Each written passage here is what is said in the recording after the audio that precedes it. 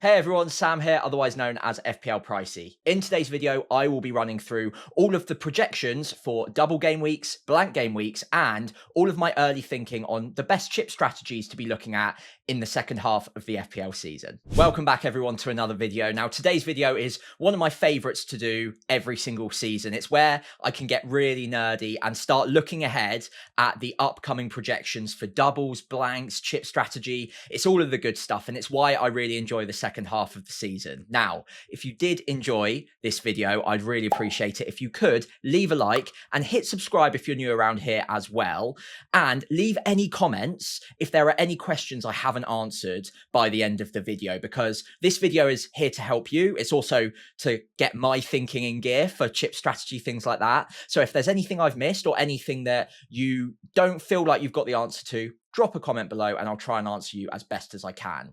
Let's start off by taking a look at the upcoming calendar for the rest of the FPL season. I've mapped in a few of the projections for where we might see doubles and blanks. So let's just run through that together quickly to start us off. The first few game weeks coming will be single game weeks unless something crazy happens like weather or some sort of random postponement that we can't plan for. So game week 22 through to game week 25, single game weeks. The first potential double game week comes in game week 26. Now, that can be a potential double game week based on the League Cup semi-final results. We'll go into that in just a moment's time, and which teams might be likely to double there, because there's only a couple that potentially could double there. It will be a small double game week, but it's the first one that we need to be aware of. I should also mention that between game week 24 and game week 25, we will have the second leg of the Carabao Cup semi-final. That will give us all of the information we need to figure out which teams are likely to double and blank based on the Carabao Cup final. Now, when is the Carabao Cup final? Well, if we fast forward all the way through game week 27 to game week 31, those are all single game weeks, by the way, no differences there. Game week 31 is going to be a blank game week for whichever teams are in the Carabao Cup final, because it's played on the same weekend. Now, of course, we're in the semi-finals at the moment. We don't have perfect information, but I'll run through the odds and the projections of which teams might double or blank based on the different results in the next section. So game week 31 will be a small blank with 2 different fixtures postponed. We don't know which 2 yet.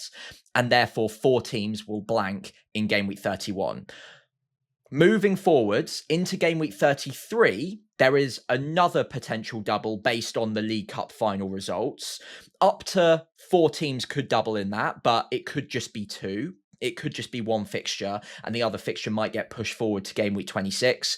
All will become clear there in just a moment. What you need to know from this slide is game week 26 and game week 33 are where those postponed fixtures from 31 might get moved to. Now, again, this is just based on odds, and there are other game weeks that have very slight possibilities or slight gaps where they could go, but these are by far the most likely 2 game weeks for those fixtures to be placed. Moving ahead a little bit further, and this is where we don't have perfect information whatsoever, there will be other blanks and doubles based on the FA Cup results. So if we get to game week 34, we've got the FA Cup semi-final. Of course, any teams playing in the FA Cup semi-final can't also play the game week 34 fixture on the same weekend. So those fixtures will become a blank of the teams that are already in the semi-final. That means up to 8 teams might blank in game week 34. Of course, it might be less than that based on the way that the fixtures or the results fall for the teams in the FA Cup. We might even have no Premier League clubs in the semi-final, which would be very, very weird, but it is technically possible. So it's up to 8 teams, or 4 fixtures could be postponed from game week 34. Now, where could they go? They could go back, most likely. If there's some very clever scheduling changes, it could go to slightly different places. But of course, it can't be brought too far forward because we won't have the information in advance. So it could technically go into a couple of different weeks. Game week 36 is the most likely place for those fixtures to go. So game week 36 is likely to be the biggest double game week of the season.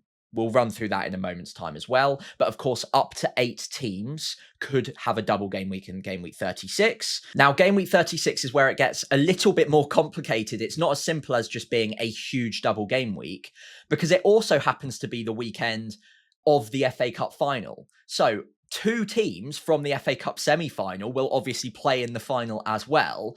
And the fixtures that were postponed or pushed back to game week 36, for 2 of those teams, they're going to be playing in the FA Cup final as well. So there's a scheduling conflict and they can't bring any fixtures forward. So that also means that 2 teams or potentially 4 fixtures might have to get taken out of game week 36 as well. Now, where would they go? They would have to go to game week 37. So game week 37 is also fairly likely to be a double game week for a handful of teams, up to 4, but it could just be 2, it could be 0. So just to summarize very quickly, the most likely places, and these are just projections, but the most likely places for double game weeks are 26, 33, 36 and 37.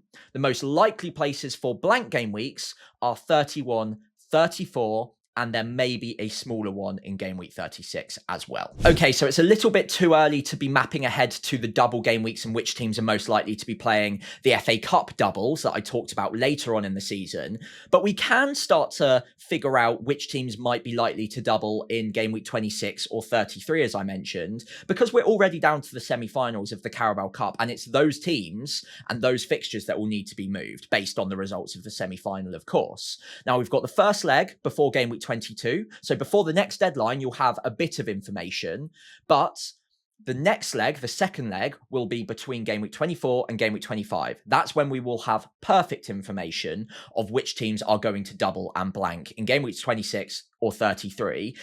Now, let's run through the permutations, how this might fall. So game week 26 could be a double game week if Arsenal get to the Carabao Cup final. They're playing Chelsea in the semi-final, so they are slight favourites, but Chelsea could absolutely beat them. But if Arsenal did beat Chelsea in the Carabao Cup semi-final, they could have their fixture from game week 31 brought forward to game week 26. There is precedent for this. We saw it in recent seasons as well, with the fixture being brought forward. And we might even get an announcement before the results are firmly locked in and in place, like we did last season. We knew that if something happened, they would bring the fixture forward, and there was a press statement put out saying that would be the case. Sorry if that was a bit rambly. Anyway, so game week 26, Arsenal could have a double game week with Wolves because that's their game week 31 fixture. That fixture, so Arsenal away at Wolves, will be brought forward to game week 26. The likelihood of that happening is about 42%. Why is it not 50? Why is it not a little bit higher than that? Well, we need to first off bake in the fact that Arsenal aren't locked in to win that game anyway. So that obviously we have to weigh in the percentage that Chelsea might win that fixture. But then also, game week 26 isn't the only place it could go. It could go back to game week 33, or it could go or less likely, but it could go to other little game weeks like game week 27 as well. Game week 26, and I will pass over to the knowledge of far smarter people than me, is projected to be the easiest place to place this particular fixture. However, the other fixtures that could be postponed due to involvement in the Carabao Cup final, so Man City versus Crystal Palace, Everton versus Chelsea, Newcastle versus Sunderland, those fixtures are very unlikely to be able to be brought forward to game week 26. Now, why is that? I've added some additional info at the bottom of the left-hand side here. So, Man City versus Crystal Palace cannot be brought forward to game week 26 because Crystal Palace have a midweek fixture in game week 26 already in the Europa Conference League playoffs. So that's already blocked for Man City and Crystal Palace. So if Man City progress, they can't bring that forward. Where would that one go? Well, game week 33 is by far the most likely place. There's, again, very low percentage odds of it being played in maybe game week 27 or game week, I think it's 32 or 34, but by far the most likely is game week 33. There's a space in the calendar. It makes a lot more logical sense to place it there. So that would be Man City, if they get through against Newcastle in the Carabao Cup semi-final. Obviously, they're favourites, but it could go either way. They would have a double game week of Arsenal at home, Crystal Palace at home in game week 33. Crystal Palace would also then have a double game week of West Ham at home, followed by Man City away. I should go back actually and just say the double game week for Arsenal in game week 26, if they get it, is pretty phenomenal. Brentford away, Wolves away, very, very good. Wolves, not so great. Nottingham Forest away, Arsenal at home. That is it's all right. It's still a double game week, but there aren't many Wolves assets that we're that interested in other than maybe Mane at the moment at 4.5 million. Let's move back to game week 33. I got off track there for a second. So the other additional info is that we've got the Champions League playoffs to worry about in game week 26 as well. Now, Chelsea and Newcastle, if they won their respective semi-finals in the Carabao Cup, then they would also have a double game week. But where would the fixture be able to be placed? Well, potentially double game week 26 if both of them avoid the playoffs in the Champions League.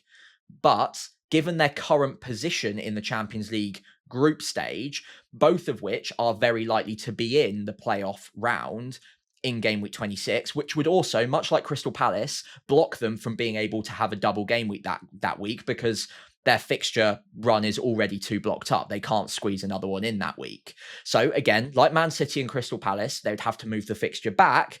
The most likely place is game week 33, giving Everton potentially a double game week of Liverpool and Chelsea at home. Chelsea, Man United and Everton. So Man United at home, Everton away. Newcastle potentially could play Bournemouth at home and Sunderland at home. That would look pretty decent. Or Sunderland, or obviously these are groupings. So Sunderland would play Aston Villa away, Newcastle away. Now, it's important to note that not all of these 4 different double game week permutations can happen. Only 2 of them can. So if Arsenal go through, then obviously the Arsenal one on the left-hand side is pretty likely to happen, but the Chelsea one on the right-hand side can't happen. And then obviously on the other hand, you've got Man City versus Newcastle in the semi-final. Whichever the winner is of that would be the one that also gets the blank game week in 31, but also the double game week potentially in game week 33. I've put the percentages next to all of them as well. Man City is pretty likely with Crystal Palace, given that they are odds on to win the game against Newcastle in the semi-finals, but also because there are very limited other places the fixture could go as well. So it's a 59% probability of them getting the double game week in 33. You might be asking, where have I got these percentages? Well, I've got it from my, I suppose, content partner, you would call it. They're not sponsoring me or anything, but I have partnered with them for the season. Solio Analytics. They've got some fantastic fixture analyzers there that have put in the odds and they've run the numbers. They know much more than me on this. Their early estimations are the percentages on screen. I would highly recommend going and checking them out. The tool can be completely free to use. There's a paid version as well if you wanted to map ahead a bit further, but it's a great planning tool and I use it every single day, to be honest. So I'm not sponsored by them, but I just wanted to give them a shout out there. And that's where I got the percentages from. So now we know the lay of the land with the doubles and the blanks. Obviously, all of these fixtures, if they did become doubles, would become blanks in game week 31. Let's have a look at what my early chip strategy and what the different chip strategies might be in the second half of the season. Okay, so let's start off by taking a look at the different options for chip usage in the second half of the season. I'll start off with wildcard. Now, I've mapped out, I think, 3 or 4 options on all of these, but it is worth noting, and I've put option 1 on all of them, all of these chips are most useful when you feel like you need it the most. I'm only here to advise. I will give general advice because I can't see your team, and I will obviously apply the chip strategy best for my own team as well later on. But it is important, especially with the wild card more than any other chip, use it when you feel you need it or when you want to use it. That is the best time to use it, no question. But again, general spread advice. Sorry, I think I just knocked my microphone there. The general advice is that there will be slightly more beneficial times to use it, given we all have the same team. But obviously we don't all have the same team. Yours might be in a mess right now and you might want to use it to get ahead. Anyway, so beyond option 1 for wildcard, option 2 is game week 32 for me. After the blank game week in 31, so you can dead end your team into game week 31 and then wildcard out of it to set up for all those remaining double game weeks I mentioned earlier on. So you've got I think 3 double game weeks coming potentially after game week 32. You can set up for all of them. And obviously, we can place the free hit in the blank in game week 34, I think it is. If I go back in my mind, 34 will be the blank. So you can place it there tactically to maximize all your doubles and minimize the blanks after you wildcard in game week 32. Option number 3 is game week 35. That would be quite a late wildcard, but it does mean you can go all guns blazing after the blank game week in 34 and really set up to maximize game week 36, 37 for the double there, and then obviously game week 38 as well. It's a very short-term wildcard, but the gains could be huge because you don't need to worry about mapping way ahead. You can just maximize your team for a handful of game weeks and really try and ramp up the points there. I should also mention wildcarding earlier, game week 24 perhaps, is also a pretty good time. We'll have a bit more information for the Carabao Cup doubles and blanks. Not perfect information, but quite a bit. And there's a really nice fixture swing in game week 24 as well. So that also makes a lot of sense, but it does also mean that you're potentially unshielded from one of the blank game weeks because you can't dead end into one of them because there are 2 different fairly large blank game weeks we'll come on to in a moment's time. With that in mind, let's go over to the free hit. So again, option number 1 is whenever your team needs it. That is always important advice. After that, I would probably say the most traditional way of using a free hit in the second half of the season is to cover off a blank game week. The 2 blank game weeks that we spoke about earlier, game week 31 and game week 34, will be the biggest blanks. So 4 teams will blank in game week 31. In game week 34, up to 8 teams could blank. It might not be that many, but it's up to. But also crucially, with game week 34 and the potential teams blanking there, they are also the teams that will then go on to double just afterwards as well in game week 36. I think I put 35 on the graphic. I meant 36. So in game week 36, you've got all the teams that just blanked doubling a couple of weeks in advance. So like I mentioned earlier, if you wildcarded into all of those teams, you could free hit to remove all of the players that didn't play in game week 34, but then they go and double a couple of weeks later. So you don't need to use loads of transfers to go from one load of players who play in 34 to a load of players that then double in game week 36. So 34 makes a lot of sense. 31 also could make sense depending on your team because 4 teams, the Carabao Cup final teams and their opponents in that game week will also blank. So another good time to use it. But there is another way to use your free hit, and that's to go on the attack. Now, game week 36, not 35 as per the graphic, up to 8 teams could double. Like I mentioned, those FA Cup semi-finalists and their opponents in the fixtures that got postponed. You could just use it in a really aggressive way and double up on all of those teams in game week 36 and free hit to the perfect combination of all of those players. Now, a lot of people, I think, will probably wildcard into a team that has quite a few of those players anyway. So it might not be the most powerful way of using the free hit because a lot of managers will already have quite a few of those players. But say there are a few injuries, or say that there's a form player that no one has or can get to that easily. If you use your free hit aggressively in a double game week, like the big one in 36, then you might be able to get the perfect looking team full of 11 double game weekers with the perfect fixtures, all of that good stuff in game week 36. So that's an aggressive way of playing it. I think personally right now, not to preview the next section too much, but I think I'm more likely to use it in a blank, given that we've got other chips that we will want to use in the double game weeks as well. Speaking of bench boost, again, whenever your team needs it, although I would say bench boost is one where the odds of it going well are much more stacked in your favor in a double game week because you could potentially have up to 15 players with a double, which again is 30 players on the pitch effectively for you that week. Whereas in a single game week, those extra players on your bench can only give you a maximum of 4 more fixtures. If you time it perfectly and you work it all out perfectly with a bench boost, only in game week 36, not 34, because again, only 4 teams double. So you can only have a maximum of 12 players there. you can get an extra player or an extra fixture on your bench. So you could have 5 fixtures on your bench there, if that makes sense. But in game week 36, which is probably my favorite time to bench boost, you could have up to 8 teams doubling, which could give you potentially a pool of 15 full double game week players in your entire 15. Obviously, you're maximizing your bench there. You've effectively got 8 fixtures on your bench that week. So I want to use the bench boost in an attacking way and as attacking as possible. Game week 36 for me makes a lot of sense, given that you can maximize that bench.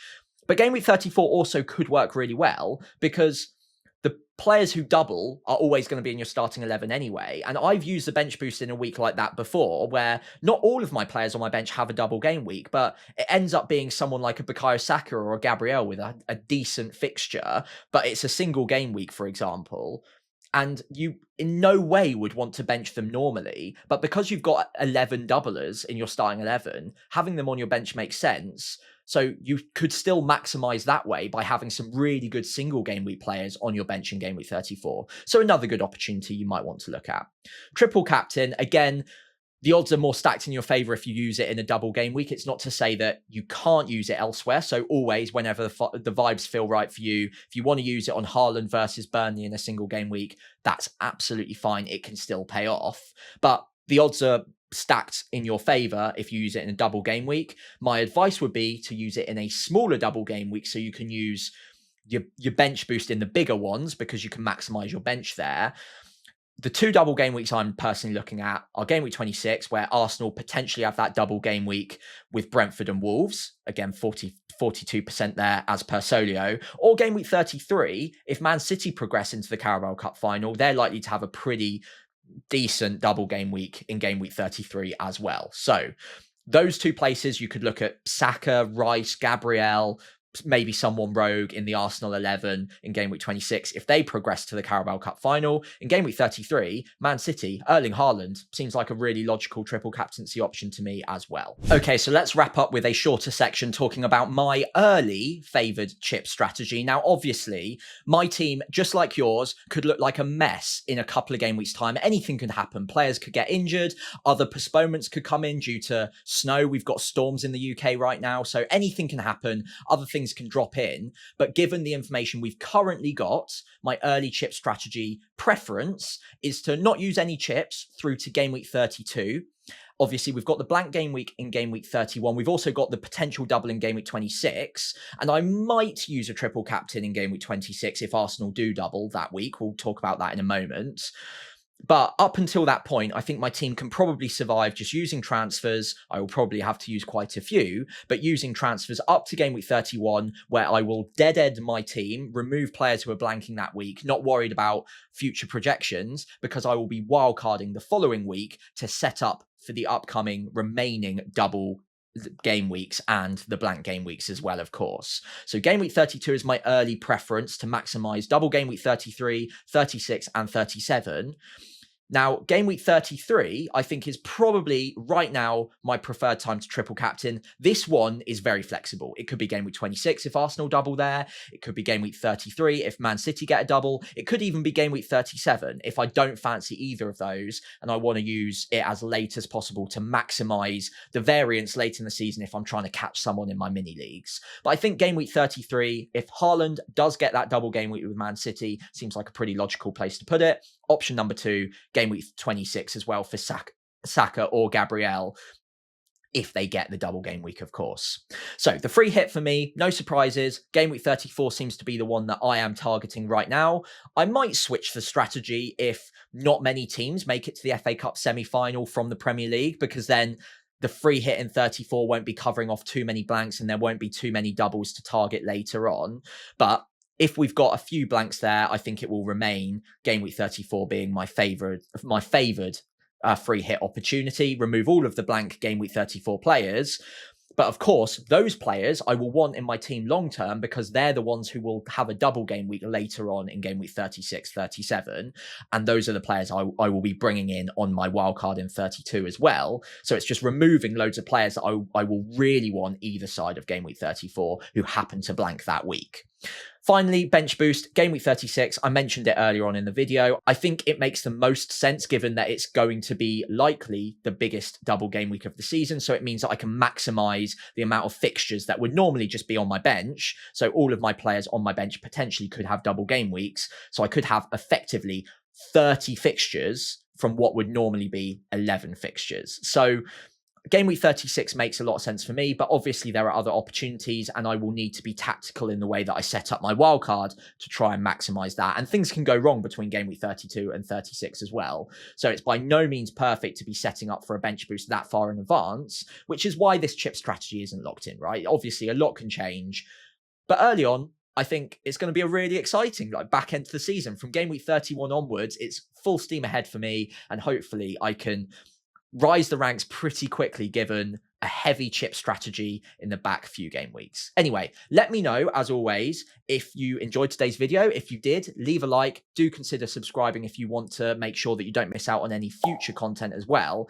And if you've got any questions at all, feel free to drop them below and I'll try and answer them as best as I can.